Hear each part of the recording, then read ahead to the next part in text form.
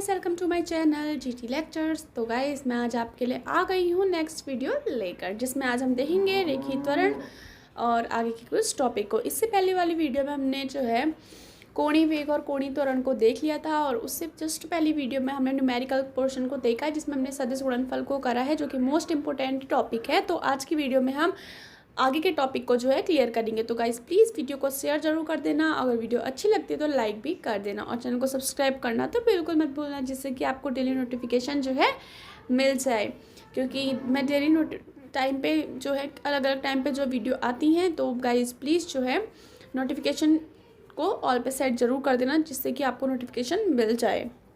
Okay, तो आज के टॉपिक को हम बिन देरी के स्टार्ट करते हैं। तो आज का टॉपिक हमारे पास है क्या, ठीक है। तो आज का टॉपिक हम लेके आए हैं रेखीय वेग। तो गाइस होता नहीं है, तो रेखीय त्वरण हम देख लेते हैं। अगर रेखीय वेग आता है तो नॉर्मली उसकी डेफिनेशन क्या हो जाएगी, रेखीय वेग। तो हमने जैसे कि इससे पहले वाली वीडियो में देखा, कोणीय वेग क्या था, किसी गतिमान कण द्वारा किसी बिंदु के परितः कोणीय विस्थापन, ठीक है। तो इसमें क्या हो जाता है, रेखीय विस्थापन हो जाएगा रेखीय वेग में। तो यहाँ पर से हम देख लेते हैं आज का टॉपिक रेखीय त्वरण। तो आज का टॉपिक है हमारे पास रेखीय त्वरण, ठीक है। रेखीय त्वरण, लीनियर एक्सीलरेशन।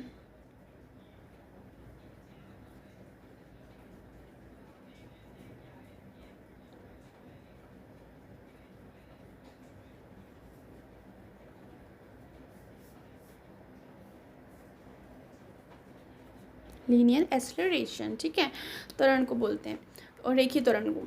तो ये हो जाता है रेखीय वेग परिवर्तन की दर। एक रेखा में वेग का परिवर्तित होना क्या कहलाता है गाइस, रेखीय त्वरण। तो मैं इसकी डेफिनेशन कुछ इस तरीके से है कि रेखीय वेग परिवर्तन की रेखीय वेग परिवर्तन की दर को हम क्या कहते हैं, रेखीय त्वरण।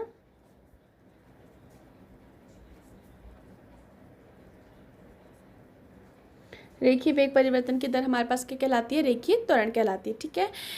तो अब हम मान लेते हैं, जैसे हमने इससे जस्ट पहली वीडियो में हमने कोणीय त्वरण के लिए माना था, ठीक इसी तरीके से हम इसमें मान लेंगे माना। ये तो आपकी क्या हो गई, डेफिनेशन हो गई। अब हम इसका जो सूत्र देख लेते हैं, ठीक है। माना डेल्टा टी समयांतराल में किसी पिंड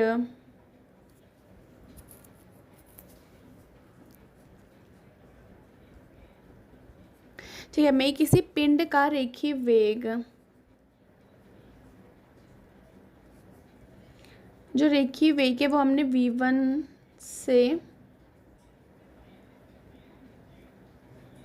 v1 से बदलकर क्या हो जाता है, v2 हो जाता है, v2 हो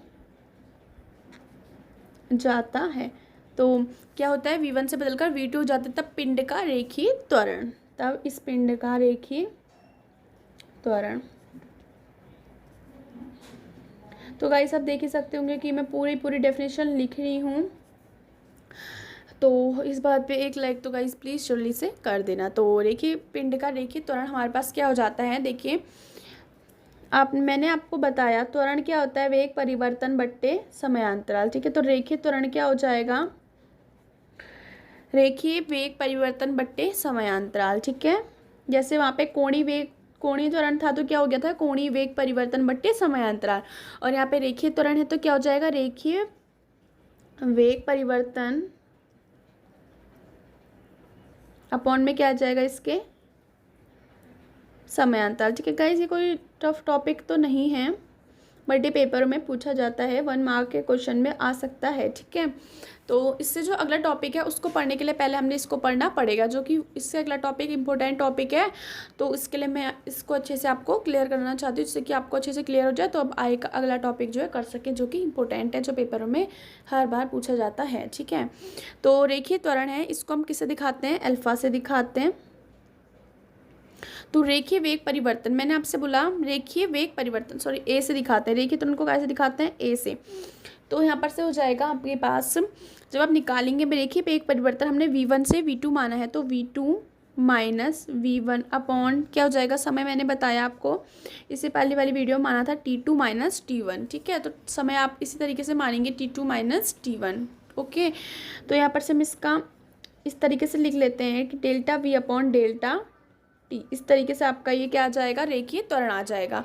अगर हम इसमें लिमिट लगा देते हैं, क्या लगाएंगे, limit delta T tends to 0, तो यहाँ पर से क्या आ जाएगा आपका delta V upon delta T, ठीक है। और अगर आप इसका समाकलन वाले फॉर्मूले से, जैसे dV क्या हो जाएगा, dV अपॉन dt, ठीक है। तो ये हो जाता है। तो इस तरीके से हमारे पास क्या निकल जाता है, रेखीय त्वरण। तो आज की वीडियो गाइस थोड़ी सी लंबी हो सकती है, तो वीडियो पे एंड तक बने रहिए क्योंकि ये इंपॉर्टेंट टॉपिक है, तो अच्छे से क्लियर होना ज़रूरी है। तो इम्पोर्टेंट टॉपिक क्या हो जाएगा गाइस, कोणीय त्वरण तथा रेखीय त्वरण में अंतर, ठीक है। मैंने आपको कोणीय त्वरण भी पढ़ाया, कोणीय और रेखीय त्वरण भी पढ़ाया। तो क्या हो जाएगा, टॉपिक है हमारे पास कोणीय त्वरण तथा रेखीय त्वरण में अंतर। ये क्या हो जाता है, कोणीय त्वरण तथा रेखीय त्वरण में अंतर। तो ये हमारे पास क्या है गाइस, ये इंपॉर्टेंट टॉपिक है, पेपर में पूछा जाता है, तो प्लीज़ इस पे थोड़ा फोकस करना ज़रूरी है, ठीक है। तो इसकी डेफिनेशन कुछ इस प्रकार से है, माना किसी क्षण किसी अक्ष के परितः घूर्णन करते कण का कोणीय वेग। मैंने आपको बताया कि कोणीय वेग क्या होता है, कोणीय विस्थापन करना, ठीक है। कोणीय वेग था कोणीय विस्थापन करना, और कोणीय त्वरण था क्या था, कोणीय वेग परिवर्तन की दर, ठीक है। तो सबसे पहले हम कोणीय त्वरण के लिए मानेंगे, फिर हम किसके लिए मानेंगे, रेखीय त्वरण के लिए मानेंगे, ठीक है। तो यहाँ पर से मैं मानती हूँ, माना क्या, माना किसी क्षण किसी पिंड, किसी क्षण, यानी क्षण मीन्स क्या होता है, किसी समय, ठीक है। किसी क्षण किसी अक्ष के परितः घूर्णन, अक्ष के परितः किसी घूर्णन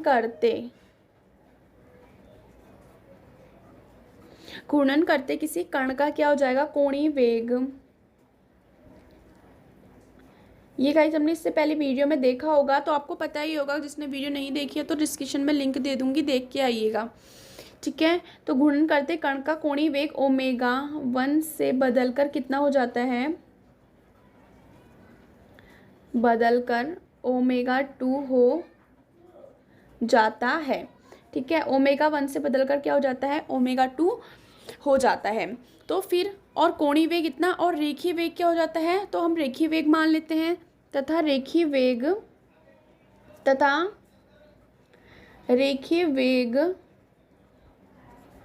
V1 से बदलकर क्या हो जाता है आपका, देखिए जिस तरीके से हमने रेखीय वेग और कोणीय वेग V1 से बदलकर V2 हो जाता है, हमने पढ़ा था किससे, रेखीय त्वरण व कोणीय